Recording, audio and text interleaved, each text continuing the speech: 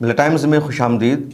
Kuwait میں آگ لگنے کا بہت ہی بھیانک معاملہ سامنے آیا ہے، جس میں اب تک 51 لوگوں کی موت ہو چکی ہے اور 50 سے زیادہ زخمی ہے، اور مرنے والوں میں زیادہ تر تعداد انڈینز کی ہے۔ انڈیا کے جو مزدور وہاں رہتے تھے وہ اس آتش زدگی کا شکار ہو گئے ہیں، ان کی ہلاکت ہو چکی ہے۔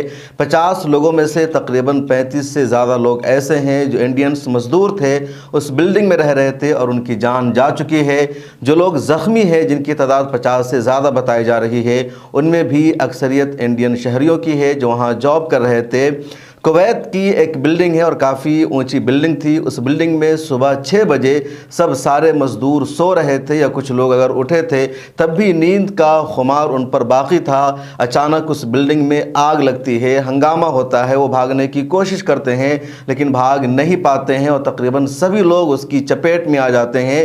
160 سے زیادہ لوگ اس بلڈنگ میں رہتے تھے، ان میں 51 لوگوں کی اب تک کی خبر کے مطابق موت ہو چکی ہے۔ شروع میں 41 لوگوں کی موت کی خبر آئی تھی، اس کے علاوہ 50 سے زیادہ زخمی ہیں، اور کتنے لوگ گھائل ہو سکتے ہیں یا کتنے لوگوں کی جانیں جا سکتی ہے کچھ بھی اندازہ نہیں۔ کویت میں سب سے زیادہ جو آبادی ہے وہ انڈینز کی ہے۔ کویت کی جو مجموعی آبادی ہے اس میں تقریباً 30% انڈین شامل ہے۔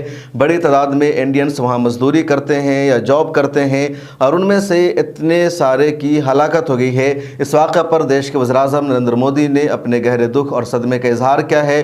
انہوں نے فوری طور پر مدد کرنے کی گزارش کی ہے اپنی ایمبیسی سے، اور انہوں نے کہا کہ ہر طرح کی مدد دی جائے گی۔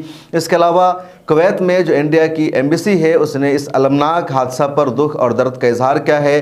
ہیلپ لائن نمبر جاری کیا ہے، آپ اسکرین پر بھی انڈین ایمبیسی کا ٹویٹر ہینڈل کا جو پوسٹ ہے وہ یہاں پر دیکھ سکتے ہیں۔ ہیلپ لائن نمبر آپ اس میں سے نوٹ کر سکتے ہیں۔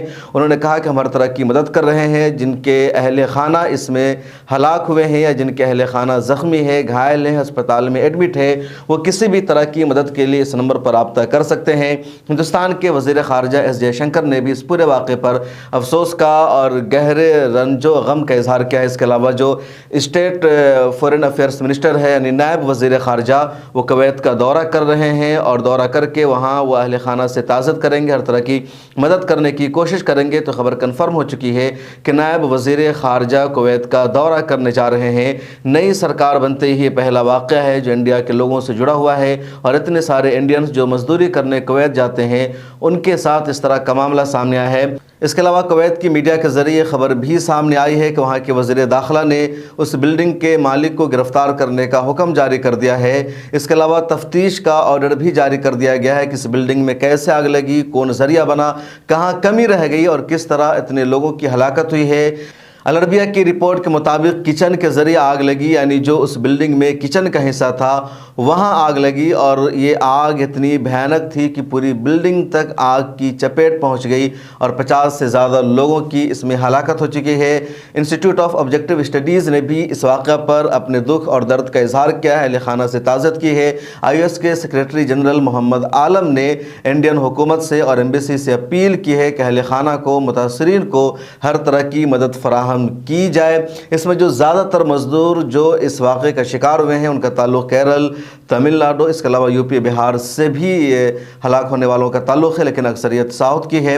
اس ویڈیو میں اتنا ہی۔ اس طرح کی اہم خبروں کے لیے ملت ٹائمز کے ساتھ جڑے رہیے اور سوشل میڈیا کے سبھی پلیٹ فارم پر ہمیں فالو کر لیجئے۔